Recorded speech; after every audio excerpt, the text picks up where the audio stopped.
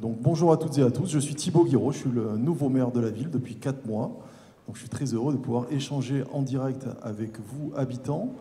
Ce soir, je suis accompagné d'un certain nombre d'élus, je vais les présenter, puis je vais aussi saluer la présence d'un certain nombre de personnalités.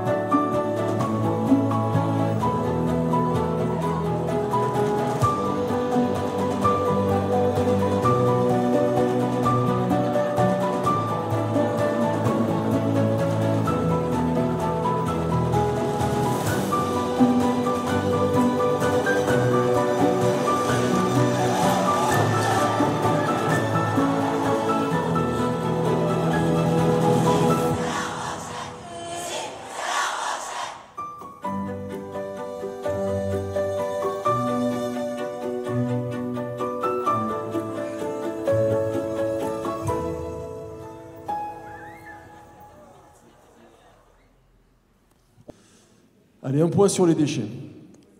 Pourquoi il y a eu une réforme sur les déchets? Moi, j'entends depuis quelques semaines, depuis quelques mois, oui, mais monsieur le maire, en fait, on va payer exactement la même chose pendant plusieurs années, et en même temps, on a une dégradation du service rendu. Parce qu'avant, on venait récupérer nos déchets, nos poubelles une fois par semaine, et puis maintenant, c'est passé à une fois tous les 15 jours. Donc moi, je vais vous expliquer pourquoi. D'abord, premier point, il faut se dire qu'il faut absolument limiter notre production de déchets. Et je vais vous dire pourquoi, à la fois sur le plan environnemental, mais aussi sur le plan budgétaire et financier. Et puis deux, on doit améliorer notre manière de trier. Alors le premier point, réduire notre production de déchets. En 2019, nous produisions 622 kilos par habitant. L'objectif, c'est d'atteindre 562 kilos d'ici 2030. Et on voit qu'on a déjà fait un grand bout du chemin parce qu'il nous reste à peine une dizaine de kilos par habitant de réduction. Donc ça, c'est les objectifs et la trajectoire, on est bien. Mais pourquoi absolument on a dû redimensionner la manière dont on va venir collecter les déchets? Pourquoi on a mis en place des points d'apport volontaires? Alors la réponse, elle est assez simple. La première, c'est de se dire que quand on a regardé comment ça se passait, on s'est rendu compte au niveau de l'audit qu'à La Rochelle, il y avait un bac sur deux qui était sorti devant le domicile ou devant l'immeuble, un bac sur deux qui était présenté le soir où le camion poubelle passe. Et puis dans ce bac, donc c'est 50% des bacs, quand on l'ouvre, il est rempli qu'à 30%. En d'autres termes, nous tous, en payant la TOM, donc la taxe d'enlèvement sur des ordures ménagères, nous payons une taxe qui était utilisée finalement pour 50, 40, 30% de nos véritables besoins. Donc ce qu'on a fait, c'est qu'on a redimensionné la manière dont on a collecté en fonction des véritables besoins de la population. Depuis qu'on a fait ça, on est passé de 50% des poubelles qui sont présentées à 60%. Donc on voit qu'il y a une légère augmentation. Et puis sur les bacs jaunes, donc tout ce qui est bac de recyclable, là on est à 70% de présentation. Mais vous allez me dire, mais à la rigueur, moi ça ne me concerne pas.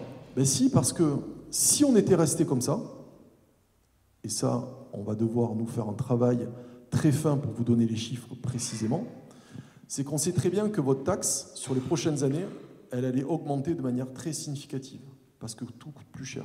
Les dépenses de personnel, l'incinération, l'enfouissement. Pourquoi? Parce que l'État taxe le pollueur, ce qui est normal. Donc plus l'agglomération produit des déchets, plus l'État taxe l'agglomération. Et l'agglomération, qu'est-ce qu'elle fait? Eh bien, elle va taxer encore plus les habitants. Donc si nous tous, on réduit notre production de déchets, et ça, c'est notre objectif collectif pour atteindre 562 kg par habitant, eh bien, on va limiter l'État à venir nous taxer, et donc on va limiter notre capacité à augmenter la taxe d'enlèvement sur les ordures ménagères. Donc nous, notre engagement, c'est de faire en sorte que si on veut maintenir cette taxe à peu près au même niveau ces prochaines années, eh bien, en contrepartie, il va falloir dégager des marges de manœuvre et donc d'essayer de mieux redimensionner le dispositif en ayant un passage tous les 15 jours avec le camion poubelle et de mettre en place des points d'apport volontaires un petit peu partout dans La Rochelle pour que, entre deux passages, vous puissiez vous-même aller apporter votre poubelle si ça ne peut pas attendre le passage du camion poubelle. Mais surtout, il y a quelque chose, ça, c'est absolument irréfutable. Je pense que vous avez tous bénéficié, vous êtes déjà allés dans les centres de valorisation des déchets. Il y en a un pas très loin à Lalleux. C'est absolument magnifique. Quand vous y allez, vous avez un service impeccable. Vous mettez le badge, la barrière s'ouvre, vous avez des gens très sympas, ce sont des agents de la fonction publique territoriale. Alors moi, des fois, ils me font râler. Ils me font râler parce que quand j'étais en charge du personnel, je savais très bien que dans leur fiche de poste, ils ont l'interdiction d'aider les usagers à sortir des choses de la voiture et de les mettre dans les différents bacs. Et moi, quand j'arrivais, ils ne me reconnaissaient pas forcément, j'arrivais à la casquette, comme un samedi, et à chaque fois, ils me disaient « Non, mais laissez-moi, je vais vous aider ». Sauf que derrière, on a peur qu'il y ait des petits accidents du travail, etc. Mais ça démontre à quel point le service rendu à la personne et à la population, il est top. Et d'ailleurs, quand on voit la propreté de ces centres de valorisation des déchets, eh bien, moi, je pense qu'on peut être totalement satisfait et remercier la communauté d'agglomération. Mais tous ces équipements, ils ont un coût. En fait, nous, ce qu'on voit, on voit juste le camion poubelle qui passe, et puis c'est tout. Une fois qu'on a balancé les poubelles, on ne pense pas à tout ce qu'il y a derrière. Derrière, c'est des équipements qui sont colossaux. Et si on veut continuer d'investir dans la modernisation de ces équipements pour préparer le La Rochelle de demain, eh bien, il fallait absolument redimensionner le dispositif qui va vous être présenté maintenant. Je vous rappelle, si on peut revenir en arrière, parce que c'est un moment c'est important, les déchets, c'est que le centre de tri Altriane, c'est 41 millions d'euros investis par la communauté d'agglomération. Les centres de valorisation des déchets, c'est 22 millions d'euros. Les centres de valorisation organique, c'est l'ensemble des biodéchets qui sont mis à un endroit, et puis après, ça va créer la méthanisation, etc., ça crée du gaz. Et bien ça, si on veut les valoriser, c'est 18 millions d'euros. Les centres de valorisation énergétique, 18 millions d'euros. Et donc on arrive à un redimensionnement du dispositif pour, à minima, pouvoir dégager des marges de manœuvre à la CDA pour continuer d'investir.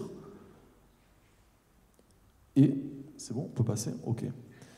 Et donc du coup, nous avons mis en place une collecte tous les 15 jours, sauf sur juillet-août où c'est une collecte une fois par semaine, et puis l'installation des points d'apport volontaires qui...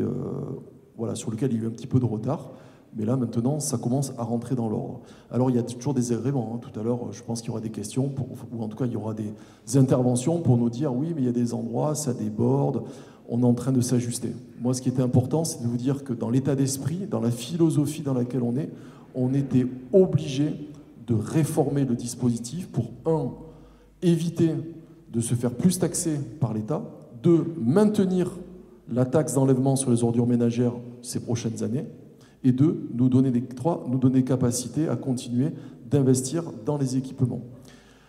Malgré tout, il y a encore des choses à ajuster, mais nous en parlerons probablement tout à l'heure.